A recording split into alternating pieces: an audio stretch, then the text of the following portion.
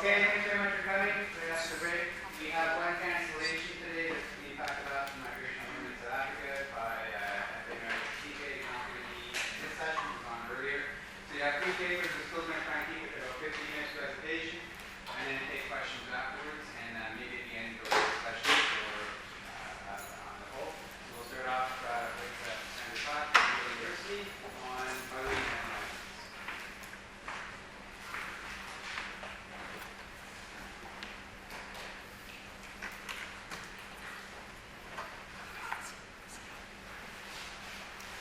I'm just getting over a cold, so I hope I can project sufficiently that everyone who's sitting near the back can hear me. Not so much. Okay, I'll try a little bit harder.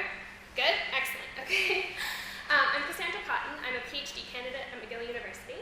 My co-author on this paper is Dinastia Mbigi, who's a research scientist at the African Population and Health Research Center in Nairobi, who couldn't be here today. The topic of our paper is Mothering as Migrants, Experiences from the Informal Settlements of Nairobi, Kenya. This is very much a work in progress, so we really welcome any comments or suggestions that you may have.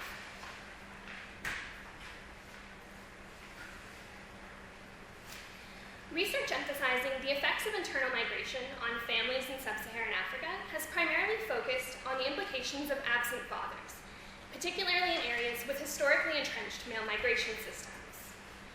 Early research in southern Africa found significant effects of migration on family structures and on the stability of family relationships. While migration was often used as a survival strategy for families, its stresses also led to a breakdown of family ties, sometimes leaving women and their children feeling increasingly insecure and vulnerable while migrant men were away. With increasing focus on the feminization of migration in recent decades, research has acknowledged that women who migrate typically do so in their young adulthood, so at their peak childbearing and marriageable years. But this may come with trade-offs for their ties with their spouses, and especially with their children, who may or may not accompany women on their journeys.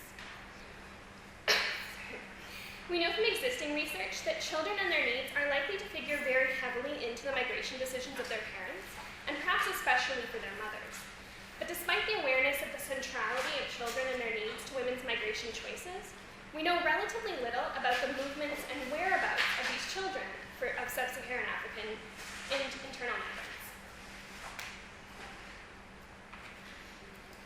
While research that focuses specifically on migrant mothers in sub-Saharan Africa is scarce, there's a wealth of literature on children's living arrangements and child fostering on the continent. And some of this does discuss the role of migration, both for child mobility and for alternative living arrangements for children. Many African ethnic groups have historically promoted very strong consanguineous ties, really emphasizing the importance of kinship links. These links are often regarded as being particularly important when they link urban migrants to rural stayers, and fostering throughout many countries in Africa is common between urban homes and rural homes. There's an increasing literature internationally on what researchers refer to as transnational mothering, or mothering from a distance. This work focuses almost exclusively on the phenomenon of Latina and Filipina migrant women who work internationally. This research emphasizes the reliance of female international migrants on what are called other mothers to fill the void that they leave in their children's lives when they migrate. Strong kin networks and family ties are often viewed as imperative in order for women to leave, as these grandmothers and aunties are able to fill in for those migrant mothers and provide day-to-day mothering in their absence. To my knowledge, however, such research that focuses specifically on internal migrant mothers in sub-Saharan Africa is non-existent. While there isn't a great deal of research that details the lives of migrant women and their children in sub-Saharan Africa, a variety of different residential and migration strategies have been identified among internal migrants in the Kenyan context. Molyneux and colleagues find that rural to urban migrant mothers in Mombasa maintain strong linkages between rural and urban homes, and they identify the importance of these linked households in allowing women to support their children materially and emotionally when they migrate. When rural families allow for it, many women do choose to migrate without their children because they know that their children are safely taken care of in the homes in rural areas. In her study of women living in the Mathare Valley area of Nairobi, Nelson noted that more than a third of women who were surveyed had sent one or more children to be fostered by rural kin. She observes that fostering often depends on the age of the child, with timed periods of migration beginning after weaning up until the time that children are old enough to return to mothers to go to school in urban areas. The choice to foster children to rural relatives was partially to provide children with a healthier environment to grow up in, but it also assisted women by reducing financial constraints and improving their opportunities for employment. Other families use split family migration, or they maintain multi-spatial homes, where one or both parents migrates to urban areas, while some or all of the children remain in rural areas, in order to spread out risk and reduce the costs of maintaining urban households. Women's perceptions of the area that they're migrating to, or their previous experience living there, may also have an impact on whether they co-migrate with children, or whether they choose to foster them. Urban environments are often not considered ideal for raising young children, and this can be especially true for informal slum settlements, such as where my research takes place. This is largely due to unsafe environments, a lot of pollution, insecurity. Excuse me just for a second.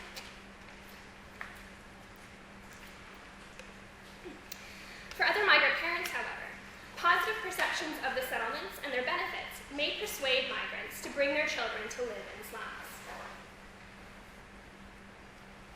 The setting of our research is two informal slum settlements, Korogocho and Viwandani in Nairobi, Kenya. The two slums make up the Nairobi Urban Health and Demographic Surveillance System, which is an urban surveillance survey run by the African Population and Health Research Center. Both settlements experience extreme deprivation, with few resources and urban services, high levels of environmental contamination, and low levels of security. Korogocho is a more stable community, whereas Viwandani has a greater number of temporary residents.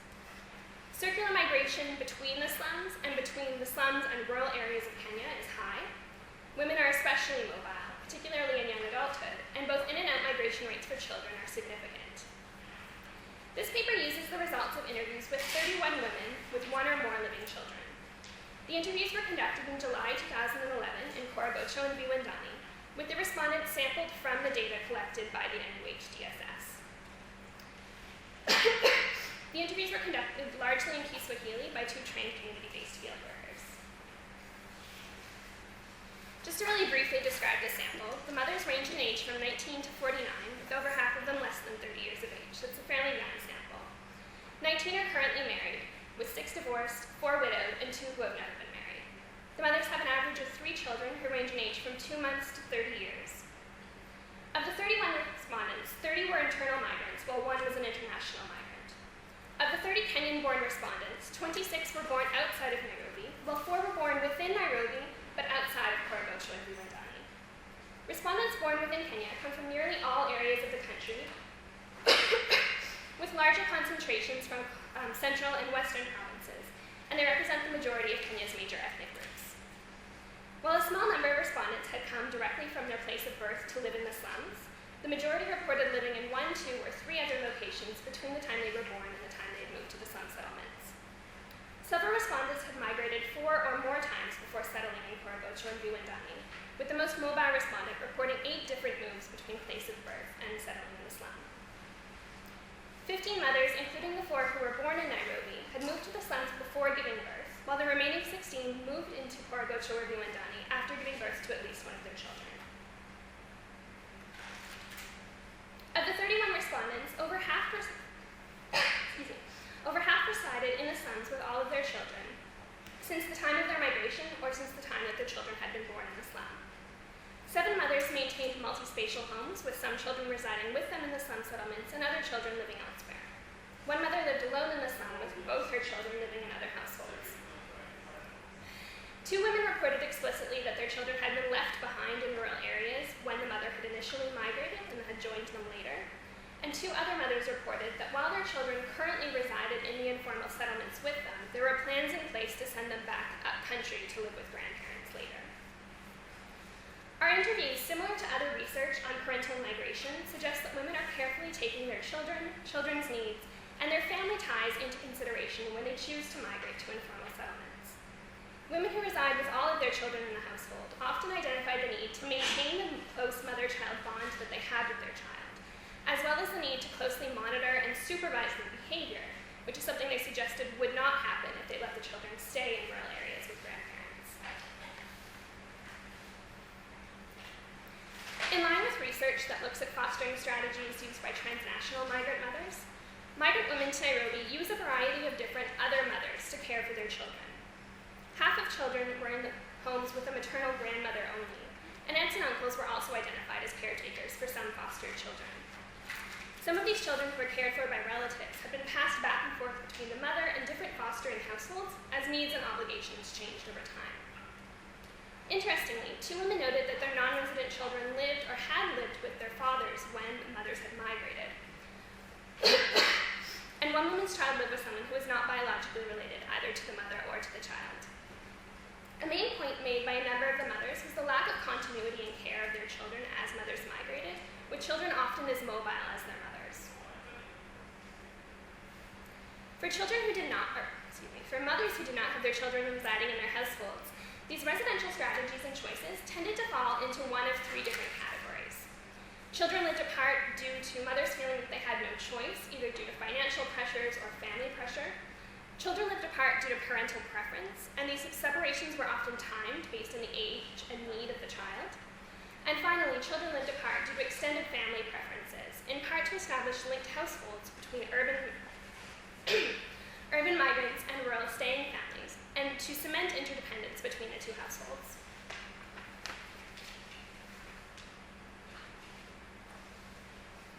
Mothers identified needing to leave their children in the care of others due to preferences of their husbands or due to financial strain in trying to raise their children in Nairobi. One mother specified that only the biological children she shared with her husband lived in their Nairobi home, while the child she had from another relationship was fostered elsewhere. Both mother and child were very uncomfortable with the decision, and she explained it saying, "One of my children lives and goes to school in Kitale," which is in Western Kenya. "When I talk to her, I sense her unhappiness. Unfortunately, I cannot bring her to Nairobi because she's not my husband's biological child. She is a constant reminder to him of the indiscretion that I had with another man." Such discrimination between biological and non-biological children was common among migrant families, with migrant women noting that their husbands discriminate between their stepchildren and biological children in terms of financial and emotional support, as well as living arrangements. Women whose children lived elsewhere reported that it was immensely difficult for them to bear. In some cases, children had originally come to the slum settlements with their mothers, but had been returned back to other relatives due to financial difficulties. One mother at 5 who resided with her husband and 2 of her children explained the situation, saying, "I took some of my kids back home because life was too difficult here. My husband came to look for work in Nairobi. Even with his job, it was difficult to support all our children in Nairobi. I asked my brother if he could take care of 3 of my children back home, and he agreed. I am separated from my other children. As a mother, they are constantly on my mind. I want to live in one place with all my children." Women who report these split family household arrangements typically try to visit their children about 2 to 3 times per year, and they report that they attempt to maintain a mother-child bond with the child who is living away. Migrant mothers use a variety of strategies to mother from a distance, traveling regularly back home as much as possible, both by themselves and with other children, sending money home in order to pay for schooling and health expenses, and calling regularly to keep up to date on the day-to-day life of their children who live away. Migrant fathers, on the other hand, are reported to have a somewhat different contact with their children who are living in rural areas, with mothers reporting things like, "The father sees the ones who live in Nairobi, but he doesn't see the ones at home in the village often. And he hasn't seen the children who are living back home for 2 years now, but he talks to them over the phone." For some migrant women, their children are split up into different households largely due to their own preferences, and children were sent to live with various relatives for different periods of childhood and for different needs. For some migrants, however, these situations didn't work out as well as they'd hoped, with children originally fostered to one relative returned to mothers due to different kinds of difficulties or mistreatment, and later fostered out to another relative. One mother explained, saying, "Only my young child and I live here. The firstborn is living at home. She's staying with my mother. In fact, I want to send even this one at home because he is not going to school here due to lack of money. I came with all of them, and later my brother-in-law took the firstborn back home as he had promised to take her to school. This promise was not honored, and so I decided to take my child back to me here in Nairobi." A number of migrant mothers noted that educational reasons pushed them to move children back to rural homes or have them remain there in the first place, as it was expensive and difficult to get children enrolled in schools in Nairobi. Still other women had split their children into multiple residences by age, with young, presumably still breastfeeding children remaining with mothers in Nairobi, and other school-aged children sent back to live with other relatives. One 29-year-old mother of two said, "I live with my husband and one of my children. My older child is at home in the village with my mother, his grandmother. We prefer that he live at home with my mother. The older one goes to school in Western Kenya. The younger one hasn't started school. He's still too young. It's good to have my youngest child living here because a young child has to be with his mother." Interestingly, the desires of the mother for her children's living arrangements were not always considered to be very important, especially for mothers who had children from other relationships or young mothers who felt extreme pressure from different extended kin to make decisions about their child's care. One young married mother noted that while she would prefer that her child remain with her in Nairobi, the choice was out of her hands. Despite her husband's steady employment and her feeling that life in Nairobi had been generally positive for herself and her young baby, family pressure and desires for children to return to rural homes was strong. She explained, saying, "It will be good to bring her up in Nairobi, but I don't think she will stay here. She will go back to my husband's home. My husband has already decided that she will be sent back home. He said it was his mother who advised him to send the child back." Several women intimated that these sometimes complicated residential arrangements were their last resort and often considered their only choice for the well-being of their children, especially when the mother's ability to provide fully for the child seemed to be called in question both by the mothers themselves as well as extended family. One mother who had sent her child back to a rural household reported feeling extreme despair about the situation, saying, "And the family up country wanted the firstborn to go back home and school there, and I agreed. I am not happy, but I have no otherwise." Women migrate to the slums of Korogocho and Vilandani for a variety of reasons, particularly to join family members or spouses, or for financial reasons, especially after the breakdown of a marriage or the death of a spouse. Whether or not they migrate along with their children is dependent on a number of different factors. The mother's financial capability to provide food, housing, and education to her children living in the slums with her, the accessibility of services, especially education in slum settlements, the availability of suitable other mothers residing in rural areas who are able and willing to care for their children, and oftentimes their husband's preference for the residence of children, especially those who are not biologically his. This research suggests that migrant women find themselves making incredibly difficult decisions about fostering and migration of their children. While many mothers desperately want to keep their children with them in the slums, in order to maintain the bond that they share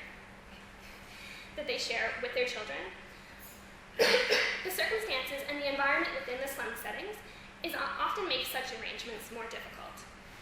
Women and their families frequently identify rural environments as being best for children, as there's typically less pollution, greater access to food, and more relatives to provide supervision for the children.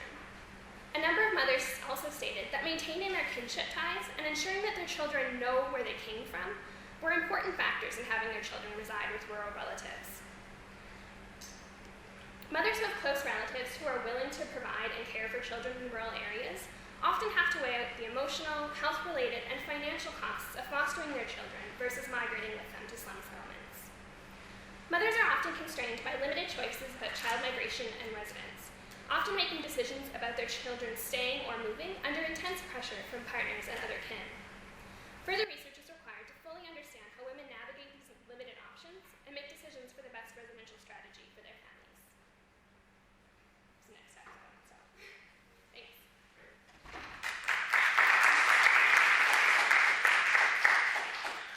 We'll take a couple of questions on each paper at the end of them, and hopefully we find the answer for every discussion. But anyone wants to ask a question? I'll take the next one. This is fascinating, and my comments will reflect my own research on. I'm Jane Parpart. I've done a lot of work on labor and migration in Zambia in the colonial period. And one of the things is that I remember interviewing even some sort of middle-class, stable families in the Copper Belt who sent their children back to the rural areas, partly because of this debate around what's the good place and how and ties, and so there was a lot of movement and a wide variety of ways in which families constituted themselves in the urban and in the urban-rural nexus. I think we need to be very careful not to use a loaded term that's based in Western notions of the family. I'd like you to think aloud about the problems of using a term like fostering. In our society, fostering makes you think of neglect, of being sent off to be away from the warm family. But I think that if you look at the way a lot of the experience of migration has been experienced in many parts of southern Africa that I know about, really, there's so many people at one point or another live with different parts of their family. There's so much movement.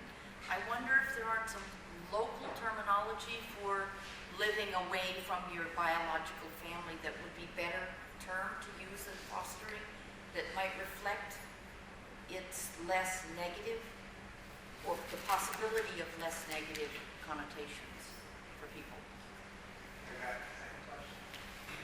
Yeah, I agree with you about the strength and probably the inappropriateness of the term fostering. There's a very strong extended family network in African family systems that automatically assign responsibilities in places outside the nuclear family. So when a child goes to stay with a grandparent, it's not necessarily an abandonment. Now, because the respondents were being interviewed by a researcher, and especially a non-African researcher, there's a likelihood to bring out this idea of I'm missing my children, and when in actual fact it is part of the way the family is constituted. And I think it also has to do with the definition of home. If you talk to somebody in the West and you ask them where is your home, they will tell you it's in Ottawa where I live. But in the African context, you might have come to Ottawa to work, but your home is in Quebec or it's in where your grandparents, where you'll eventually be buried. So the idea of taking the children back home to get to know the home and to know their relatives and so on is a critical part of raising children, even among people in the slums and so on. I thought it would have been interesting to see the severity of the problem by looking at some national data. I think if the 2005-2006 Household Welfare Survey doesn't provide some data on that, you might look at the 2009 population census data to see how serious the problem is of mothers living away from their children, so that it gives you a broader picture within which to situate the 31 sample study that you've done. And then I also thought that the percentages you've used, given the small sample, don't actually paint a correct picture. I think it would be better to use the absolute numbers. There's one point where you have a single mother, and the percentage is 3%. And the 3% makes it look very big, and yet it's only one mother. So it might be good to revert to the numbers. And then finally, you viewed this, and from your own title, that is what you intended to do from the mother's perspective. It would be interesting to look at it the other way from the children's perspective. That how many children are living, so if the children numbers rather than the mother's numbers that you're looking at, that would also paint a very interesting picture on top of what you've already done, which is quite interesting. Thank you. You give a short response. Okay, I'll give a quick short response first to Jane Parfart. In terms of local terms that reflect that better, that's something I want to look into. I've done previous work using other data in Kenya, and they used a very specific term in Kiswahili and also in Luo from where they were studying in Western Kenya to really kind of get at who is responsible for you, so who cares for you, and I think trying to investigate some of that terminology to kind of better explain, I think would be an interesting way of doing it. And certainly we weren't questioning about fostering per se, because I do think that's kind of a loaded word, and I do think that in a kind of a North American or European context, we use it in quite a different way, whereas in the context of what we were trying to get to with these interviews, we weren't necessarily looking at this as a problem. It was more trying to get at what kind of family structures emerge when these women are moving. But I do think that, unfortunately, in English, the term fostering, especially to a North American audience, has a loaded connotation. All right. It's very interesting that you got at this definition of home, because we did try to investigate that in part of these interviews. We asked women where they considered their home and why, and we got a wide range of really interesting responses that I'm hoping to try to incorporate into some of the places where their children are residing, because I do think that has a significant part to do with it. A lot of them, even if they plan to permanently live in Nairobi, intend to go back to their home place. Typically, they say to die. So we do see that there's a really strong attachment to that area, and that's why children are remaining there. Part of our next steps with this is to incorporate some longitudinal data that is collected within the slum settlements to get a sense of the actual numbers within the slums, so within those two communities in particular. But I will look into these two other surveys that you mentioned to look at a national level. Thanks. Thank you. Our next paper is by Riley Dillon from the University of Western Ontario on remittances.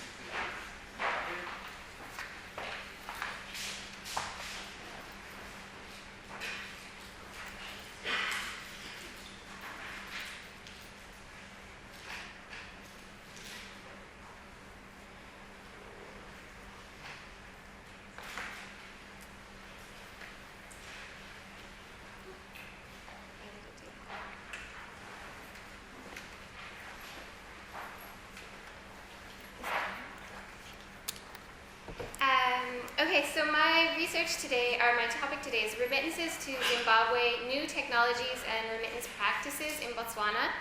I'm going to begin by giving you a bit of context for my research, moving on to my specific questions for my paper today, and then on into making contact, remitting home, and some of the emerging themes coming out of my analysis. I recently completed my fieldwork, so I would be very interested in having a discussion moving forward, sort of trying to theorize some of the issues that are coming out of my analysis at the moment. Zimbabwe is certainly a country that has a long history of migration, Botswana the same, both as sending and receiving countries.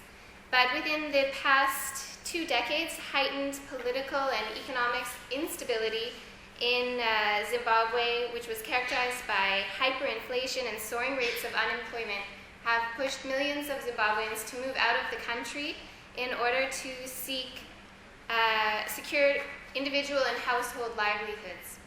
So much of the research on this exodus has focused on south to north flows into more developed countries of the world. So, for example, health migration of doctors and nurses to the UK.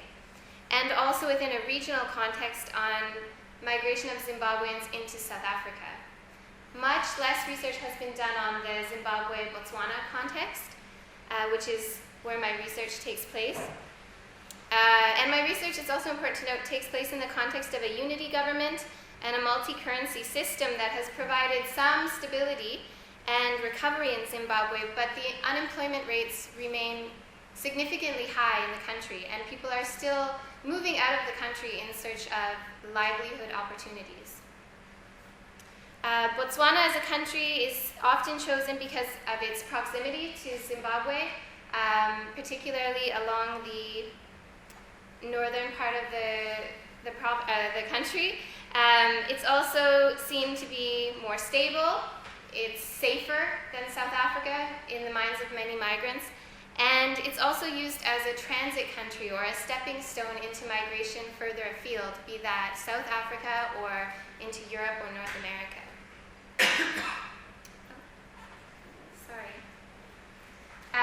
So my dissertation focuses on gender, migration, and development, looking at transnational linkages, meaning mainly remittances, that are developed and maintained between migrants in Botswana and family members in Zimbabwe. And today I'm focusing, though, on something slightly different, a very specific aspect of my research, which is the actual mechanisms of transfer. So not looking at necessarily the reasons for migration or the impact, which I do address in my broader dissertation, but really looking, for lack of a better term, looking under the hood. So looking at how these transfers actually take place, or what mechanisms are used for these transfers. My research is qualitative. I focus on in-depth interviews with migrants who are in Botswana and also with their family members in Zimbabwe. So often research in this context takes place with one or the other, and I was truly trying to understand the relationship between both of these groups. I also use participatory mapping discussions, so trying to understand some of the ways that people maintain these linkages across different spaces. And also it really helped me to understand some of the dynamics of how people use the city in particular. And semi-structured key informant interviews, which were mainly with some government employees and mainly with NGO workers who are working primarily in Zimbabwe. So just to give you an idea, my research originally focused on Gaborone, Francistown, Bulawayo, and Harare. So very much focused on the urban context of migration.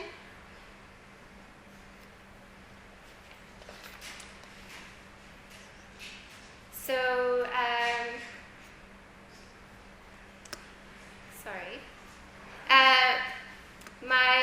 just to give you an idea of my sample size, I suppose, or not my sample size, but my sample, migrants were aged between 18 to 54. Their length of stay ranged anywhere from 1 to 11 years.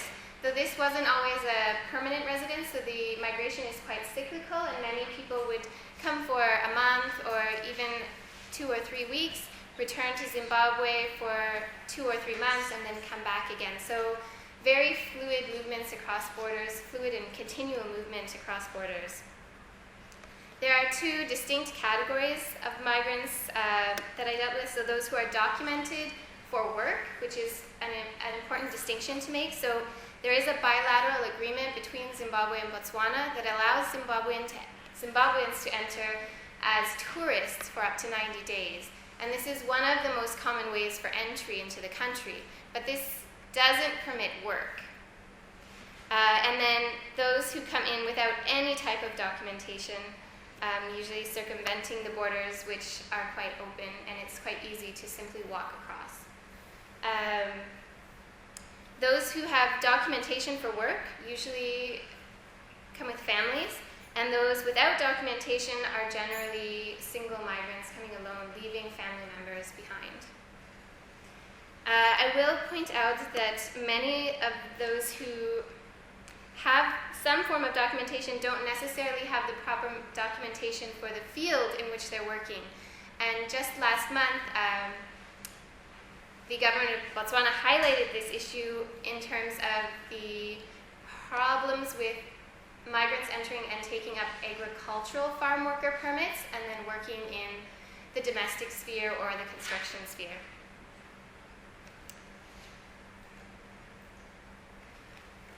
I also wanted to point out that mainly employment is in the informal sector, obviously, for those without documentation, and that generally means working in the peace job sector. So peace jobs can be anything from working as a maid within a household to gardening, construction, and it's any sort of job that you take up based upon the job itself. So not the amount of time that you spend at the job or a monthly wage or an hourly wage, but simply the job itself. So that means that it's often preferred by migrants because it gives you the ability to do several jobs within one day, and that increases your income for the day. So it's a preferable method of employment at times. Although obviously one of the issues with this informal and undocumented employment is the illegality of the issue. And so deportations of Zimbabweans from Botswana have dropped dramatically in the past few years. So in 2006, there were 56,000 deportations. In 2012, the year that I conducted my fieldwork, about 13,000. And I'm mentioning this issue because, the issue of deportation, because it was quite important to the evolution of my fieldwork. Originally, as I said, I had focused on these urban areas. I was invited throughout my fieldwork to the International Organization for Migration Reception Center across the border in Plumtree, Zimbabwe. And this is where all Zimbabwean migrants who are deported from Botswana are taken after the deportation process. And they're provided with various array of support and then given transport home.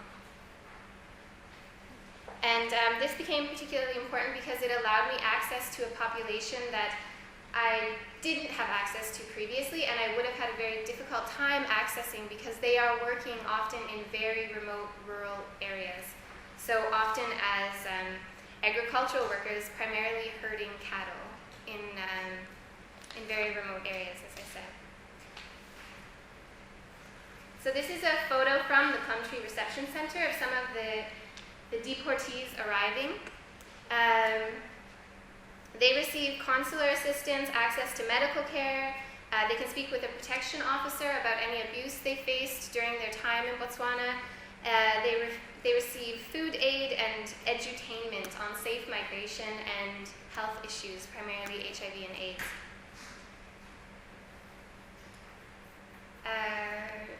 I'm going to move on. So many of them would have been sort of working, as I'm saying, in the Hansi area, down in Sabong, and up in the Maun area as well, herding cattle. In terms of the remittances that people are sending home, primarily today, those remittances come in the form of money. So in 2007, 2008, people were sending goods across the border because there was a lack, basically, of availability of basic foodstuffs, for example, in the country. And so those had to be imported. Today, the shops are full, but the problem is that there's not necessarily the cash to purchase those goods. So often this money is coming in from the diaspora in order to support household needs. These remittances come in two sort of formats, so formal remittances and informal remittances. And both national and international policies for remittances, are remittance and development policies, really focus on formalizing remittances. And this idea that formalization is better. And that's something that Zimbabwean migrants in Botswana seem to have embraced quite heavily. So in 2012, Jonathan Crush and Eugene Campbell produced a report on Zimbabwean migrants in Botswana, which indicated that 64% of migrants prefer formal remitting methods, primarily Western Union. And this stands almost in opposite contrast to those Zimbabwean migrants in South Africa who still prefer these informal methods of remitting. So migrants have really, as I said, really embraced this idea. It's not without limitations. Obviously, there's a high cost, particularly for Western Union. It requires documentation, so you have to bring a passport to the office.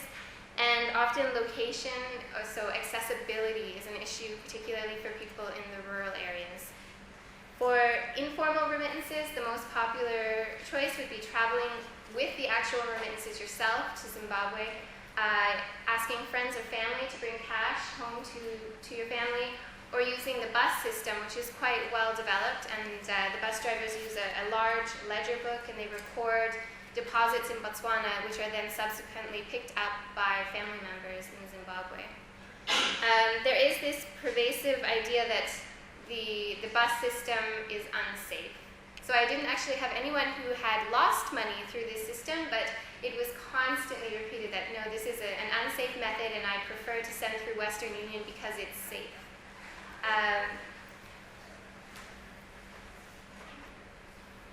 And then moving forward, this is sort of from the perspective of the households who are receiving the remittances.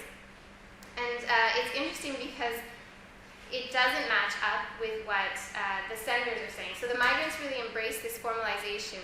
The receivers have almost a sense of nostalgia about the goods they used to receive, and the idea that they were better able to meet their household needs through the receipt of those goods. So the cash they're receiving today, there's a perception, whether it's true or not, that it's less money than the goods were worth, and it's harder to buy the goods necessary to meet the basic household needs on a monthly basis.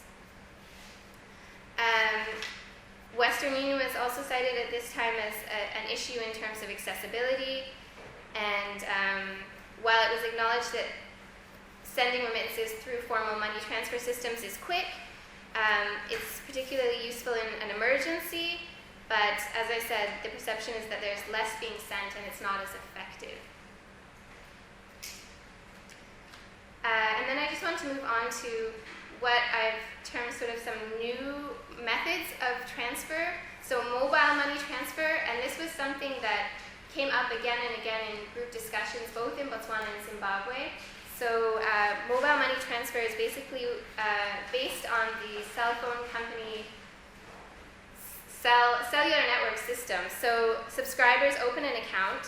Once they open the account, they can deposit, transfer, and withdraw funds. It has the advantage that you only have to register once, and then you don't have to show any documentation again. It's still quick. It's cheaper than Western Union. And since less than 40% of the population in both countries are banked, it's particularly useful in that sense because it doesn't require a bank account. And I think you can see how popular it is just by the number of registered users. So within 14 months, more than 2 million people have registered. There have been more than 7 million transactions and $150 million in value, according to Econet. The main obstacle, obviously, is that these systems are currently based nationally. So you can't transfer money from Botswana to Zimbabwe using this system. However, many migrants have started sending money across, sort of right at the border between Botswana and Zimbabwe. So the cellular network reach goes about 20 kilometers into the country, and people are sending money to relatives who live right along the border, who then use Econet in Zimbabwe to send the money further into the country. And then another aspect of this sort of mobile transfer of remittances is what I call zero-cost transfers through remittance of airtime credit. Now this is different, and this is where the aspect of my research with the Plumtree Center comes into play, because this was mainly employed, it's highly gendered, by men who were cattle herders in the middle of nowhere in Botswana and didn't have access to any of these other services. And they started buying airtime, which they would send primarily to their wives, who are living again right at the border, so very geographically sort of restricted. And their wives would in turn sell this airtime to people crossing back and forth across the borders in order to gain income. So, and then as this process progressed, they started registering for dealer SIM cards, which means they now purchase airtime at a bulk rate, so they actually make money as they send this airtime and their wives resell it at the border. So just to wrap up, as I said, I would invite a discussion of some of these emerging themes that I feel have come out of my analysis. So the idea of the rural-urban divide in remittances, so very much the way in which remittances are transferred depends upon the location, obviously, of the migrant, but also of the receiver. This disconnect, as I said, between remitters and receivers, so the idea that migrants are really embracing technology, yet the receivers seem to be a bit hesitant for that, and airtime as transnational currency, so money that's sort of independent of the state being transferred across, if that makes sense. So that's everything I have to say. Thank you very much.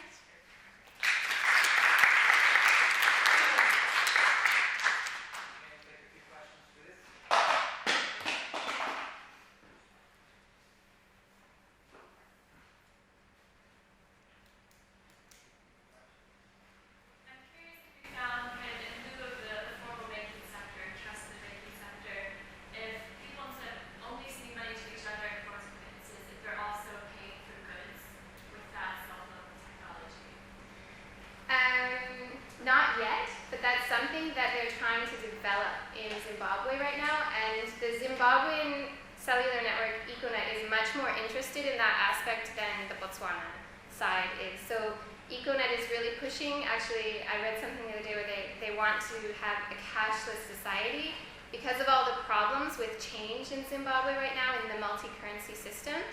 And so they are trying to introduce the ability to transfer that money and then people can go to the grocery store or they can pay their utility bills or anything like that.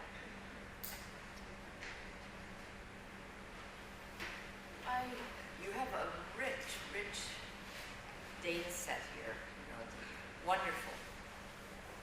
Thank you. I'd like to hear a bit about where you're beginning to go in terms of theorizing this, because I think the data raises a lot of interesting questions about resilience and agency, also about global capitalist systems and the possibilities for subverting them, Right. the role of the state, the role of avoiding the state. I wanted to challenge you to try to do a little theorizing and let us respond. Just got back from the field. Yeah. Well, but I just want to see if I you think- started thinking about it. I have, and I think, like exactly as you're saying, I think this idea of sort of almost an anti-politics machine and trying to sort of get around the state is very interesting to me, and it's something I hadn't intended to find, but I'm fascinated by it and sort of moving forward and trying to understand it. I think it's particularly interesting in the context of the disengagement of Zimbabweans in Botswana with politics and in general. So I've had a lot of discussions with other people doing research about, in South Africa there's much more organization of the diaspora, whereas in Botswana it's really lacking, and there are no NGOs supporting any sort of migrant rights.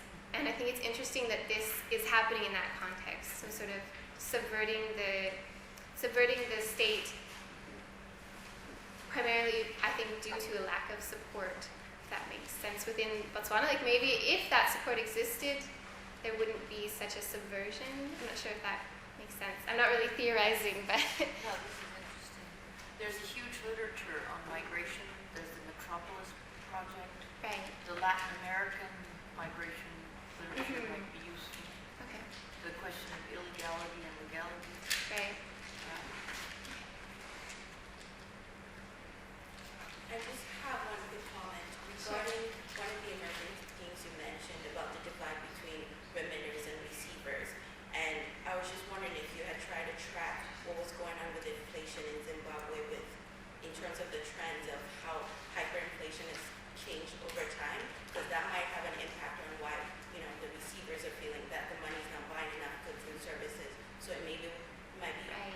necessarily to sort of trace that to some macroeconomic trends that can sort of lend some Right. credence to the argument. Yeah, and that's why I said sort of the perception is that they're receiving less. I'm not sure they are receiving less, Right. but they definitely perceive it in that way. And I think definitely the increasing costs in Zimbabwe, just simply for a loaf of bread, come into play, and how quickly that money is devalued. Thank you. I was wondering whether you also saw some gendered aspect to this. My research is different time and different place, but I'm also looking at migrants and remittances who were often very concerned about what their wives did with that money, and who felt that because they are not there, they don't know what their wives are doing, and sending that money was often also at the same time a struggle over that money, a gender struggle over that money, trying to control what your wife can do with that money. And I was just wondering whether you saw anything similar. Certainly, it's there. It's sort of addressed in my wider research. I do take a gendered look at this relationship, so understanding the gender dynamics, and certainly issues of power within the household come into play. Even the type of remittances that people are sending is often very gendered. As I said, it was mainly men sending those airtime remittances. And I did find that women were more likely to be sending goods back to their households than men were.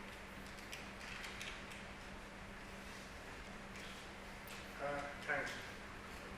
One thing that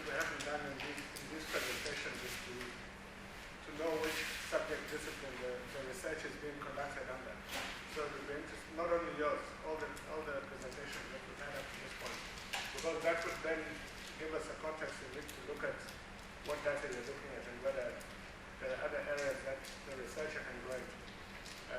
Again, as in the previous research, we've given some data about the traffic of the remittances and so on, but there isn't, that your research has established, but there isn't a context within which to look at whether that is impressive or whether that's normal and so on. And I think one area that you could go into is to look at other countries where remittances, the technology for remittances has gone way ahead of the context you're describing.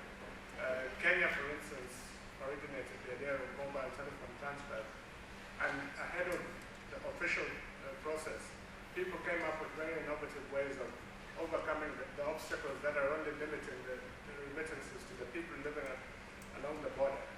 So you might look at that other literature that describes what has happened in the East African region and see, in terms of recommendations for your PhD eventually and so on, what are the areas that people could extend it. Thank you. Thank you. Yeah, definitely. I know Kenya is an example. Also, the Philippines have technology that far exceeds this technology. But as you could see, for the Botswana-Zimbabwe context, it's very new. And Econet only rolled out this system while I was doing my fieldwork, and in the first half of the year that I was there was this constant question of when is Econet coming to us? When can we use EcoCash? Which I think is really interesting. Sorry, just a quick question. So if migrants report abuse when they're at the center of Plum Tree, and if NGOs really don't care what happened to those migrants within Botswana, what do they do with that kind of information? That's the biggest obstacle. I think the IOM is crying out for an organization in Botswana that is interested in dealing with these issues, and they just haven't found any interest. They have made significant gains in the way police handle issues of deportation. So they've had a significant decrease in issues of abuse, for example. One of the biggest issues in sort of the 2007-2008 era was employers would actually call and report their workers for not having documents and then not pay them, and they would be deported. So now and this was due to advocacy by the IOM, the police actually make sure that no money is owing to the migrant before they leave. And they have to, and so that often though means that they spend time in Gaborone waiting to be deported until they receive their wages, and then they're sent to Zimbabwe. Thanks, Ryan. I should point out, look at the numbers, actually the average size in the new payment transfer system, the average size of a remittance is $20, which is really low compared to what we see in the rest of the data. So it's interesting. Oh, I'm sorry, you know what? That was a mistake. That's per month. That's a per month. Per month? Yeah, sorry. Okay, So, you see per the month. actual data, because you can compare it to what we've seen in other studies. Right. Okay, our final paper. Belinda Dawson, University of Western Ontario, Migration Governance and Migrant Rights in South African Development.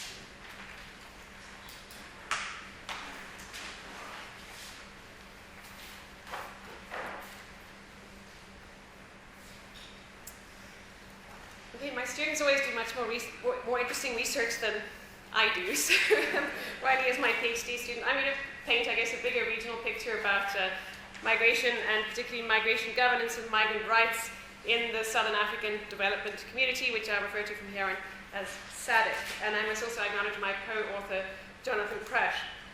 I've been working for 15 years, largely with Jonathan, in something called the Southern African Migration Program on migration in this region. So what I present today draws from various bits of research over a longish period of time rather than a single research project. And I'll be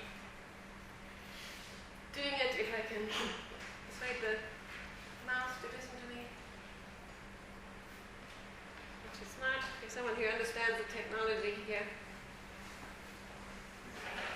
It's not, that mouse is not registering.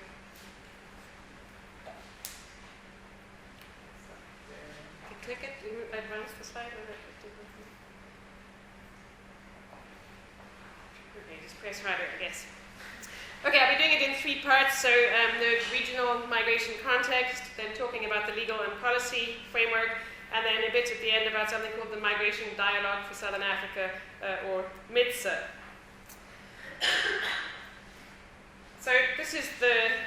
region that I will be talking about, and it is a region, as most of you know, in the formal sense of the Southern African Development Community, so as well as a place on the map, it is a constituted body with a treaty and member states as indicated on the map that you see on the screen.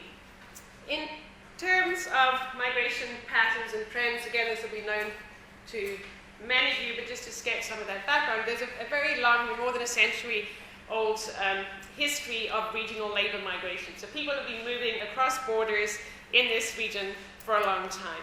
And not only mine migration, although that's perhaps the one that comes to mind if you're all familiar with the region, the regional migration to particularly South Africa's mines, but also other countries' mines in the region. But there's been migration over many decades, and over a century, to farms and people moving in domestic work, so it's both male and female, it's both formal and informal in terms of its nature and in terms of the work that migrants have done in the region. However, there was a dramatic change. I mean, when South Africa became democratic, so post-apartheid South Africa has largely, not entirely opened its borders, but it is a much more accessible country to migrants from Africa and from the Southern African region, so there has been a dramatic increase in the volume of migration and a dramatic increase in the diversity of migration in terms of where people come from, so in terms of origin, in terms of the purpose of migration, in terms of the composition of migration, whether by sort of nationality, gender, etc.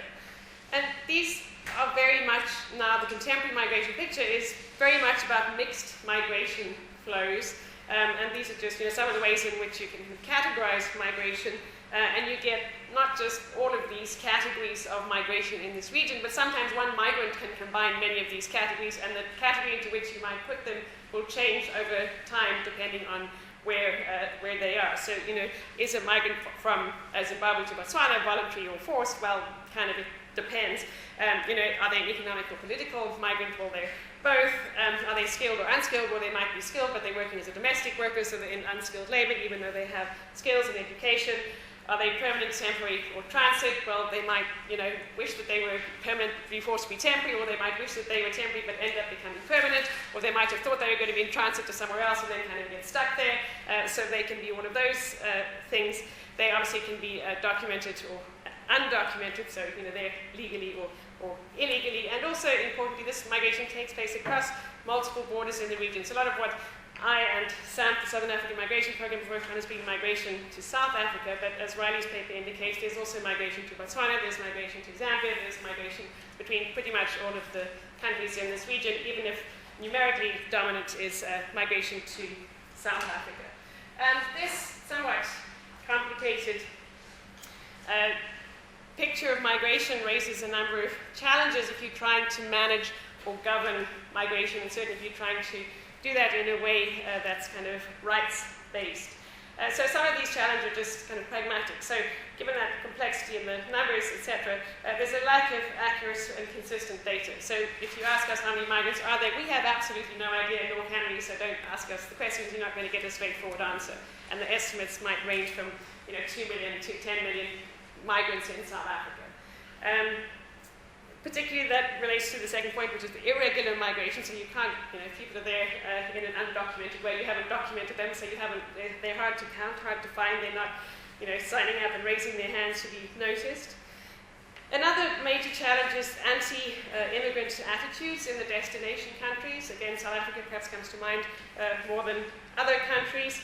But even in Botswana, again, Zimbabwean migrants and other migrant receiving countries, particularly where there's been a kind of perceived rapid increase in migrants and where migrants are perceived as competing for jobs or state-provided resources or facilities, there's been strong anti-migrant or even xenophobic sentiment and related violence. This in a context, obviously this region is highly unevenly developed, not just between states but within states, so there are strong pressures and logical reasons to migrate. People aren't about to stop migrating and trying to improve their lives. It's a region, as we've seen in the Zimbabwean case, of political and economic instability, so things can change quite quickly and countries can suddenly become sources of significant numbers of migrants. And all of this takes place within a very kind of harmonized and indeed kind of contradictory legal and policy framework, or set of legal and policy frameworks with very uneven protections for migrants across the various countries in the region. Just to give you some numbers to illustrate the public attitudes issue that I mentioned in the previous slide. So these are from surveys that SAMP did a few years ago. There have been subsequent surveys, but we haven't crunched the numbers yet. But in surveys from 2006, in terms of what rights people in South Africa think migrants have, well, nearly 50% of South Africans think they should pretty much all be deported.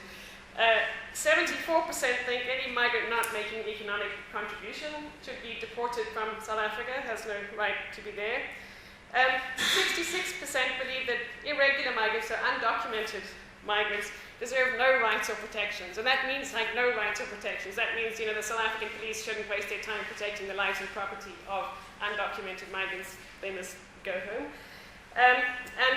Depressingly, only 47% believe that refugees warrant protection, even though South Africa officially is, signatory to the UN Convention on Refugees and is meant to uphold the rights of refugees, and in fact has very robust kind of refugee legislation of its own. So there's a big gap between what exists on paper and what exists in practice.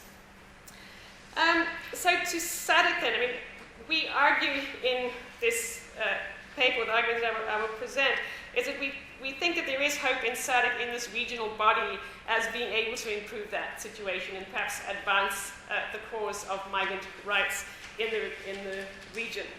Again, on paper SADC should, so its very foundation, and SADC existed during apartheid. It's a slightly different thing, basically other states in the region protecting themselves against South Africa, the kind of apartheid state in South Africa. But since democracy in South Africa, when South Africa became a fully fledged member of SADC and it was reconstituted and had this new 1992 treaty, and that sets out quite clear objectives as to why SADC exists and what it's meant to be for.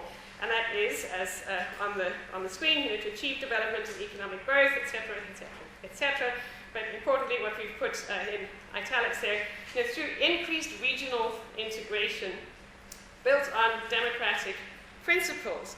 And further on in that treaty, there's a specific article that deals with free movement and the rights of mobility. So to develop policies aimed at progressive elimination of obstacles to the free movement of capital and labor, goods and services, and of the people of the region generally amongst member states. So not just migrant labor, but people of the region generally. The ideal in 1992 was that should be facilitated. That was kind of given force, or some, at least on paper. There was a draft protocol on the free movement of persons, but demonstrating how kind of politically contentious it is and how difficult it has been to make any progress on this. It took until 2005 for that draft protocol to eventually exist as a formal protocol, and even that has not been signed and ratified by sufficient members. So the protocol that finally, by kind of 2005, on the facilitation of movement of persons, there are a few important things to note about that. Firstly, the title. Earlier on, so 1993, free movement. 2005, facilitation of movement, which is a very different thing. So I mentioned still lacking sufficient signatories and ratifiers to come into effect. So other interesting things you can note about this protocol, it falls under the Politics, Defense and Security Directorate of SADC, rather than one of the more kind of social or developmental branches of SADC. And if you read it in detail, what it really does, it's not a regional free movement thing at all. It's really about agreeing to mutually uphold each other's national migration laws and hold states to their international refugee obligations. So it doesn't really do much. So it can only even be signed and ratified by the number of states that it has in the significantly kind of watered down and weakened version. It references the African Union's 2001 resolution to work towards the free movement of people and to strengthen intra-regional and inter-regional cooperation in matters concerning migration. But pretty much in all its detail, it contradicts anything around kind of genuine free movement of people. It also, what that reflects is really very contradictory attitudes and official discourse. I mean, this particular quote comes from SADC as a body, but if you look at South Africa and other individual states too, there's this kind of schizophrenic discourse around migration. It's something that needs to be both controlled and facilitated. So there's good migrants and bad migrants. You need to kind of find a way of keeping out the bad migrants and letting in the good migrants. And I know that has a lot in common with other regions of the world, the European Union, for example. But in this particular context, it does, and particularly when it's dealing with intra-regional migrants, it does seem to contradict some of the supposed kind of founding principles of SADC as a body. So that, if we were ending there, it might kind of be depressing and negative, and in some ways it is, but ever the optimist, I guess. If you look at some other SADC rights instruments, there are some kind of glimmers or inklings of where one might look in seeking to advance migrants' rights. If not freedom of movement, then at least rights, sort of basic rights, at least upholding the basic human rights of migrants, for example, protecting them from violence, protecting them from exploitation by employers, and so on. So SADC does have a couple of things, again, not particularly strongly enforced, but they could be given sufficient, I guess, resources and political support. So there's a Charter of Fundamental Social Rights, which reminds SADC member states of the universality and indivisibility of basic human rights. And importantly, that includes specific articles on workers' rights. So, and it doesn't exclude migrant workers. And in fact, at least in South Africa, there was a legal case before the Constitutional Court that says that migrant workers, even if they are undocumented migrant workers, are still protected by workers' rights. So you don't lose your workers' rights for being an undocumented migrant, and you might have difficulties securing those rights, but again, they exist. And then the Code on Social Security, SADC Code, which again, unfortunately, is non-binding, but that does have a specific section that deals with migrants, foreign workers, and refugees, and distinguishes between different categories, and says yes, even undocumented migrants do have certain rights. So we're not putting these forward as a solution, but at least the glimmerings of where one might begin to build a more rights-based migration governance framework in this region. The other possible area where one might look are to international rights instruments around migrants' rights. Refugees, it's often unpopular to say this, but refugees in some ways are the lucky ones once they get to where they're going, because they are protected internationally by things like the UN and AU conventions. But undocumented migrants, I guess, are the least protected.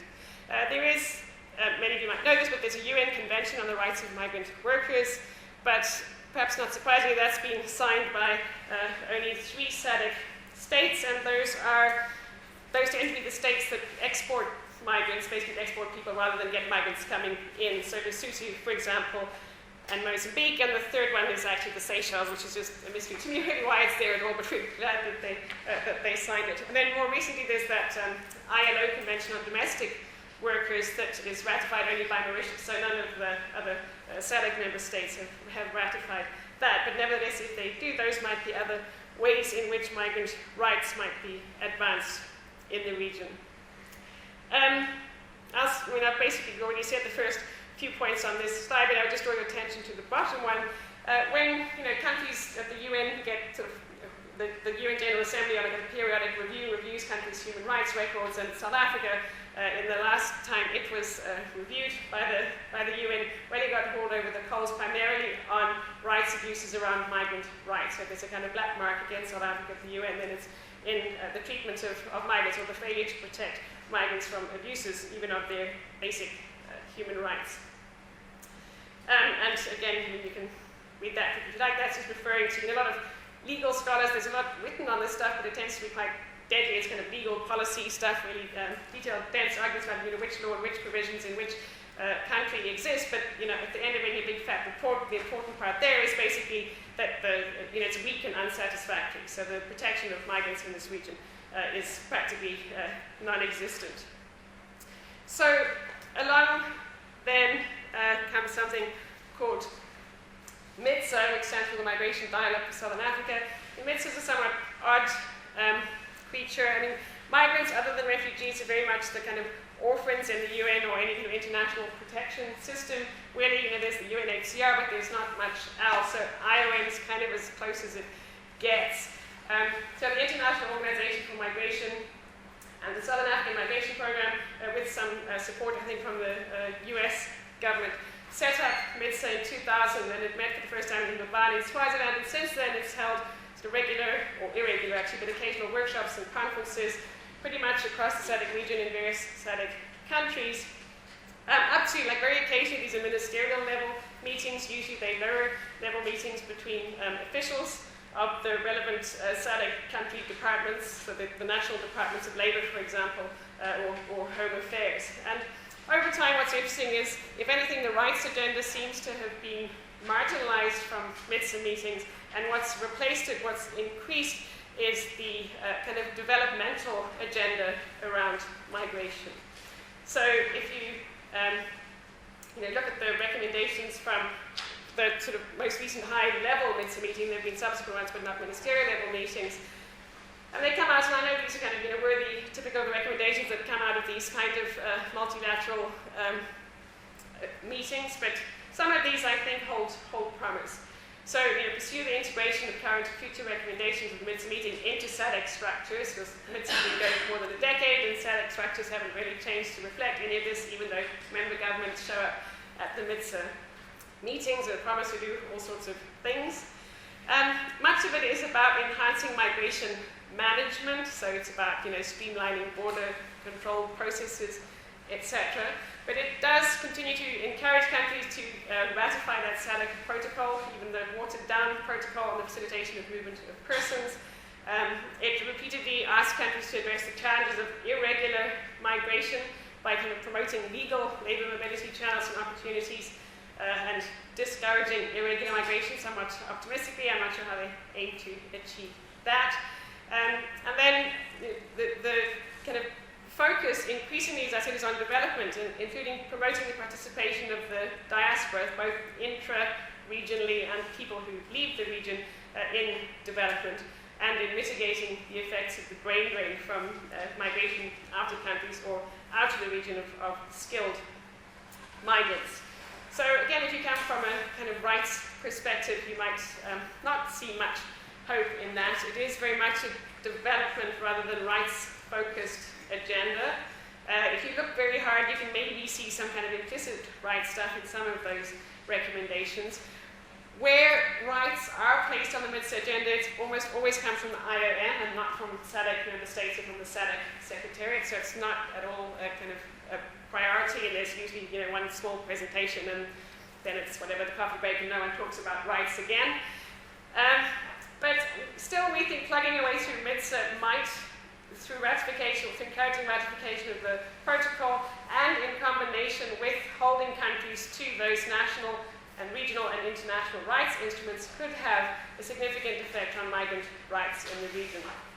And we also argue that it might, in fact, be strategic and kind of politically pragmatic, but to highlight the development benefits of migration rather than highlighting migrant rights, and then get to the rights through the development sector. Well, if you're going to say migrants are good for development, then if you're exploiting them and they not being paid properly, etc., or if they're being deported before being paid, then you're undermining their development roles. So you may as well sort out the rights, or you're not going to get the development.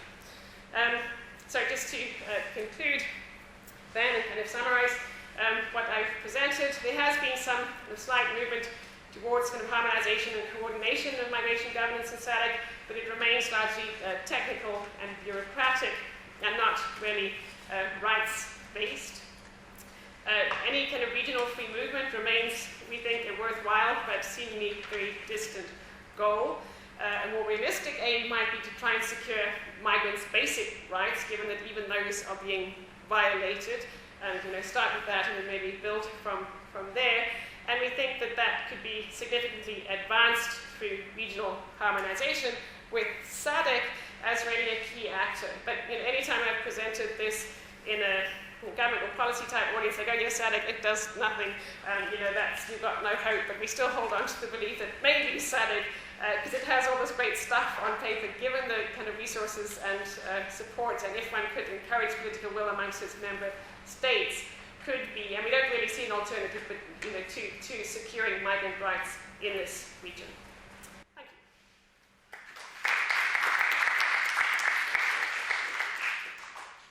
Thanks very much. So again, we have time for some questions.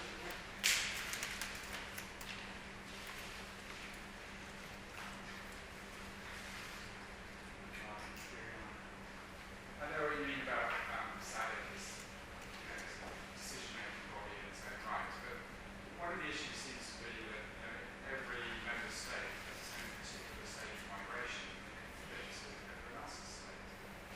And within each state, you have interest groups who have conflicting attitudes. So if you take South Africa, I think it's true, and so on as well, the employers have cheap labour. The core competition and the government is a problem. So actually, the only way you can get outside of making decisions if you achieve consensus between the states, and they sort of come together and decide that's the stupid idea. But the circumstances seem to suggest that would never happen without big internal political and economic change within the states. It must be impressive. Yeah, yeah. And in some senses, I agree, but the reality to counter that argument, if you don't have free movement, people are moving anyway, and they're moving in irregular, undocumented, and therefore vulnerable and exploitable fashion. So our argument is, well, we may as well let them move more freely, and in part that might reduce migration, because if the rights of migrant workers were indeed upheld and were the same as the rights of non-migrant workers, then part of the incentive for hiring a migrant worker, rather than a local citizen worker, disappears. So, it might seem a little counterintuitive, but that's the logic that we hold to. We're always persuadable by other logics. And we realize that it's somewhat maybe optimistic and in some sense idealistic logic. That the queer movement might be the way of confronting movement, because we leave it to the labour market and the fair labour market in which people's rights are protected, then that disappears. And the case that Riley was mentioning about people being deported before being paid, and that has been and to a large extent still is right in the South African context too, in Northern Province and Northern Ireland and the Free State workers from Institute. Yeah. Sorry, I just wanted to ask about your last bullet is regarding opportunities from other regions. Given that migration extends beyond the South African region, I was just wondering if you could speak about the experiences and the lessons that you've learned from other regions within the continent, maybe from the East and the West, regarding how migrant rights look like and what has been done so far. I haven't directly myself looked at those things, so what I say will be largely speculative rather than substantive, but my sense from what I know is that other regions have similar problems, and that even if they have things which on paper in theory should protect the rights of migrants, migrants are extremely vulnerable. Pretty much in every region and in pretty much every African country that I looked at in detail, and there's a lot of xenophobia would be too strong, but anti-immigrant sentiment, or the sense at least that people from other countries can be there only as long as they're being economically useful and then must go away. Or that they're in a particular labour niche and they must be contained within that labour niche and not kind of allowed to move out of it. So, and often in terms of migrants living there for a long time, they remain, their status remains precarious. So even if you can be there, becoming a citizen in most countries is extremely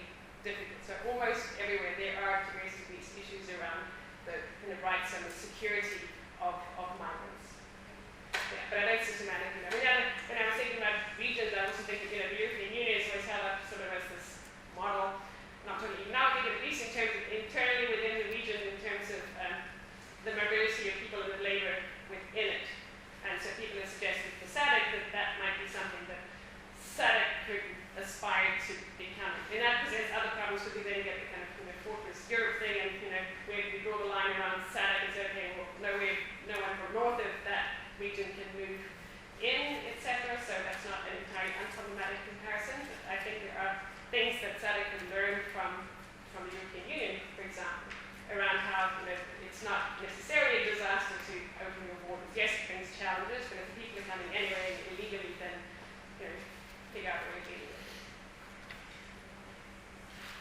I have two questions. The first one is related to the statistic that you presented earlier on South African attitude towards foreign migrants. How much is that related to South Africa's domestic economic situation, for example, unemployment? The second question is about harmonization of immigration policy in the region. What would be the incentive of government of countries like Rwanda, Burundi, that have high population density to harmonize its immigration policy?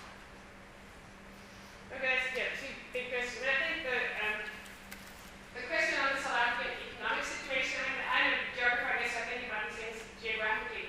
It really has a micro geography to it, and it depends on exactly which city, which province you're talking about, and what the labor situation is in that particular region, in that particular economic sector. So it depends really the extent to which migrants are seen as displacing South Africans from jobs. And that, changes, that varies from place to place, and it changes over time too. So generally migrants are, treated well and even by poor South Africans if they're not perceived as competing for jobs, and they're perceived best well if they are, well, not just seen as competing for jobs, but are competing for jobs. So, in Cape Town, for example, in the fishing industry for a while, it was cheaper to hire a Namibian to work on a fishing boat than to hire a South African. So, there was a lot of Namibian South African conflict in a particular area in Half Bay around that issue. So it's not the South African economy, it's about, fishing from, in Cape Town, or it's about, the agriculture sector in the northern province.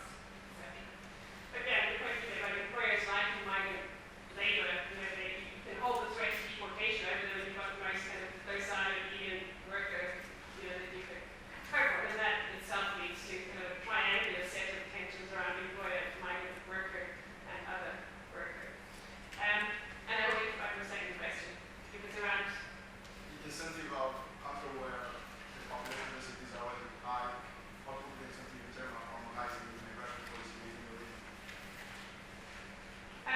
well, no, it's not just a question of population density, right? It's a question of people relative to labor demand, and also people's desire to leave. So you can, in some cases it's surprising that there's not more migration, because by sort of simple quantitative logic you would think that there would be. With the particular countries that you mentioned, are not kind of SADC though, right?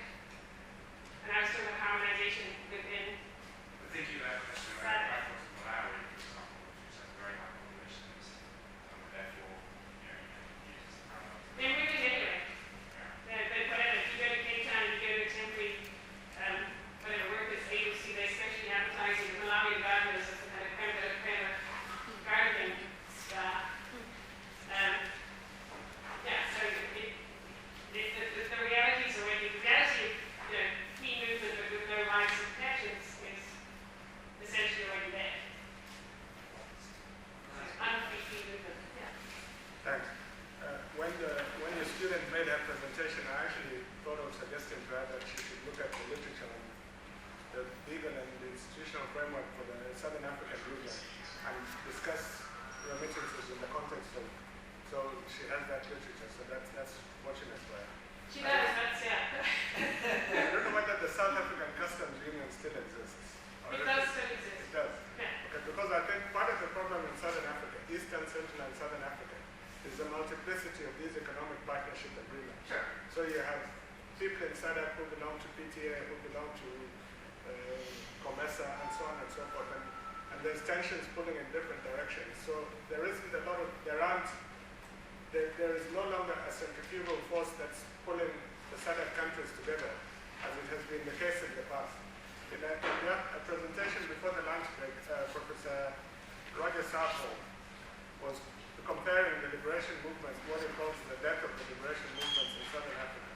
And he was saying that the question people have been asking is, when will South Africa go the Zimbabwean way in terms of misgovernment and the collapse of the economy and so on? And he was saying that isn't quite the problem, but there are certainly problems that the aspirations of the liberation movement inclusion. So in a sense, South Africa has its own problems internally, which actually addresses what the gentleman there was asking.